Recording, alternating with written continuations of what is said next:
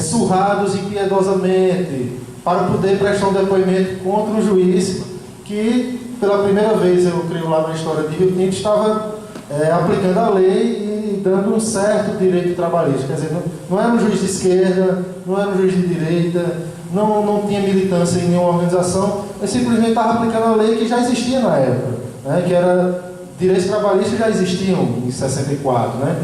Então, 7 camponeses foram amanciados a pau para poder prestar depoimento contra o José Emílio, né? Então, nossa última pergunta. Boa tarde a todos. Eu queria saber qual foi o critério que vocês utilizaram para fazer essa pesquisa que vocês levantaram.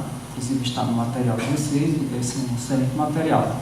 Mas eu gostaria de saber o critério, até porque a direita e a esquerda falam, discursos diversos estão nos livros de história, e obviamente os estudantes mais percebem o lado da esquerda do que o lado da direita. Pelos livros de história a gente percebe muito mais a defesa do lado da esquerda. Mas é preciso que haja um diálogo para que haja um esclarecimento, não é isso? Dos dois lados.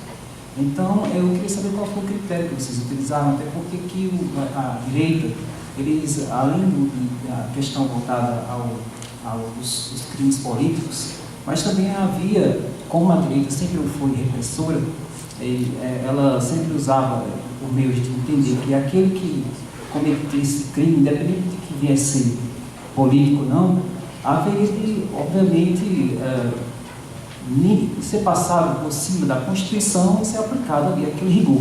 E muitos foram presos, né, sem ser, de fato, serem presos políticos. Esses também passaram torturas, sofreram torturas. Né?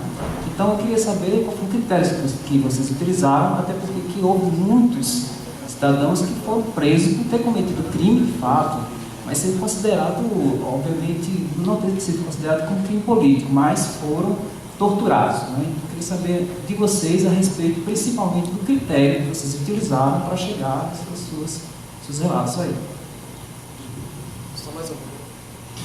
Antes de fazer a pergunta, só queria confirmar, o professor Harry Manson e Quirino Neto estão aqui presentes? Ok. Pode perguntar.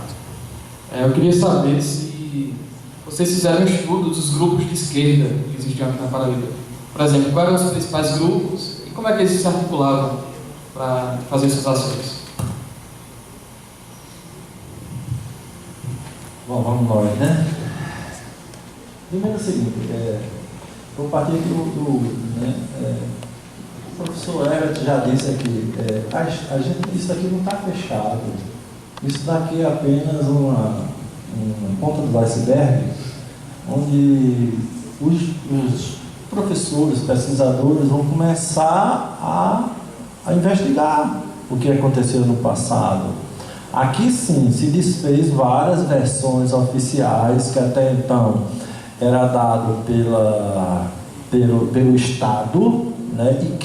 E a classe dominante que estava dirigindo o Estado dava a versão. Aqui a gente desfaz várias versões mostrando os documentos sigilosos, secretos, confidenciais, que atuavam por debaixo do pano, desfazendo aquilo que eles diziam que estava acontecendo contra miltantes opositores ao estado de exceção, né?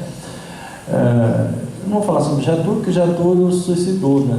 É outra situação, né? Mas Getúlio viveu num clima de ódio, né? Como viveu também João Goulart, foi deposto, como também viveu Dilma e está vivendo Lula, nesse clima de ódio, né? Então são momentos bem parecidos, que remota a 1935, quando integralistas enfrentavam e fascistas enfrentavam os comunistas na rua, né? naquela divisão, assim, naquele embate emblemático ideológico. Essa é a primeira questão. Segunda questão é sobre o critério. Puxa, é o seguinte: durante 21 anos a ditadura impôs a sua versão.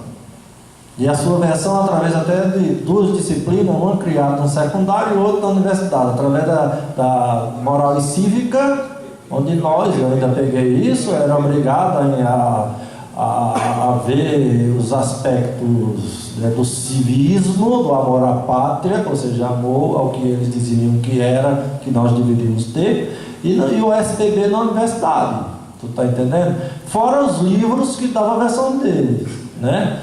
Claro que vários estudiosos, pesquisadores, escritores mais compromissados com a verdade falavam o outro lado. A ditadura dizia que não tinha tortura. Aí os presos políticos, os auxiliares, diziam que existia tortura. Tu está entendendo? Naquela época. Então, essas versões é que foram balizando. Você descobre de que você fez uma música. E essa música, por exemplo, aqui na Paraíba teve várias, mas vou dar um exemplo de uma, Gilberto Gil e Chico Buarque, né? Pai, afasta de mim esse cálice, pai, afasta de mim esse cálice, pai. O show foi proibido, né? Porque tinha uma porca muito gorda andando, a porca era a ditadura, né? Cálice era a censura, está entendendo? Então, era isso que eles faziam. Então, nós, quando a gente faz isso, é o seguinte: existia um estado de exceção. Nós tínhamos uma democracia, essa democracia foi barrada, estrangulada. Montou-se um novo estado, um estado de exceção, um estado autoritário, uma ditadura, onde as pessoas não tinham direito à sua cidadania, a exercer sua liberdade, a exercer, né, direito de reunião, de manifestação, de nada. Então, durante 21 anos, aconteceu isso. Então, cai isso em 95, tá? Então, o que é que eu vou já trazer para cá? O que é que aconteceu? Ao cair a ditadura, acabou o estado de exceção. Convoca-se a Assembleia Nacional Constituinte, né? Que é um dos pilares da justiça de transição. Onde houve no mundo estado de exceção ou ditadura, tá? Ou aconteceu uma justiça de transição, ou seja, como a gente sair e destroçar esse Estado que era autoritário para um Estado democrático de direito. Existem 4 questões importantes, que alguns colocam 5 questões importantes, para que faça essa transição, essa justiça de transição. Primeira questão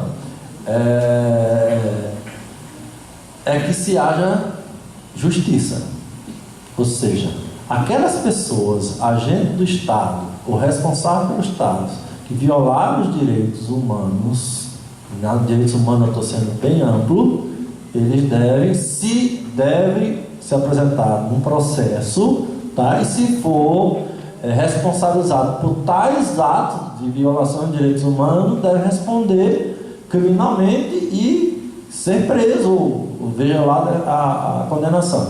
Aqui no Brasil não houve isso. Como o Brasil sempre é o último a fazer.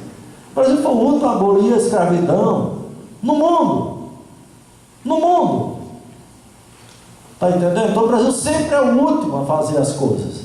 Sempre. A Comissão Nacional da Verdade, que é outro critério, o direito à verdade é outro elemento da justiça de transição. Segundo pilar, tá? Primeira justiça, ou seja, os agentes não foram punidos, porque a lei de anistia, além de anistiar os presos políticos do regime, eles colocaram lá, anistiaram também os torturadores, os assassinos que ocultaram corpos, que perseguiram, os crimes conexos, como está lá no parágrafo 1º do artigo 1 da lei de anistia, de 79. Então não houve justiça. Até hoje a gente tenta, né, a todo custo, a Corte Interamericana de Direitos Humanos já condenou o Brasil por conta disso. Todos os países da América do Sul, da África, por todo canto, há condenação, há justiça a quem praticou a violação de direitos humanos. No Chile, Pinochet, você vai para a Argentina, até hoje está sendo preso. Você vai para a Alemanha, até hoje tem gente sendo preso, desde a Segunda Guerra Mundial. Você vai para a África do Sul, o pessoal foi preso. Você vai para onde você for. Quem praticou violação aos direitos humanos, principalmente crime lesa humanidade, como tortura, e desaparecimento forçado, está entendendo? Tem que ser condenado. Por quê? Porque ele estava na função do Estado. O Estado tem que proteger o cidadão. O cidadão é que mantém o Estado. Então ele tem que preservar a vida. E ele não preservou a vida, o Estado, quando deixou que seus agentes, que são pagos pelo povo, praticassem violações aos direitos humanos, a você, a qualquer cidadão. Quando não se faz isso, sabe o que acontece? Acontece o caso de Amarildo. Amarildo da Rocinha. O que aconteceu? Policiais prenderam Amarildo, está lá a câmera filmando, né, levaram, prenderam.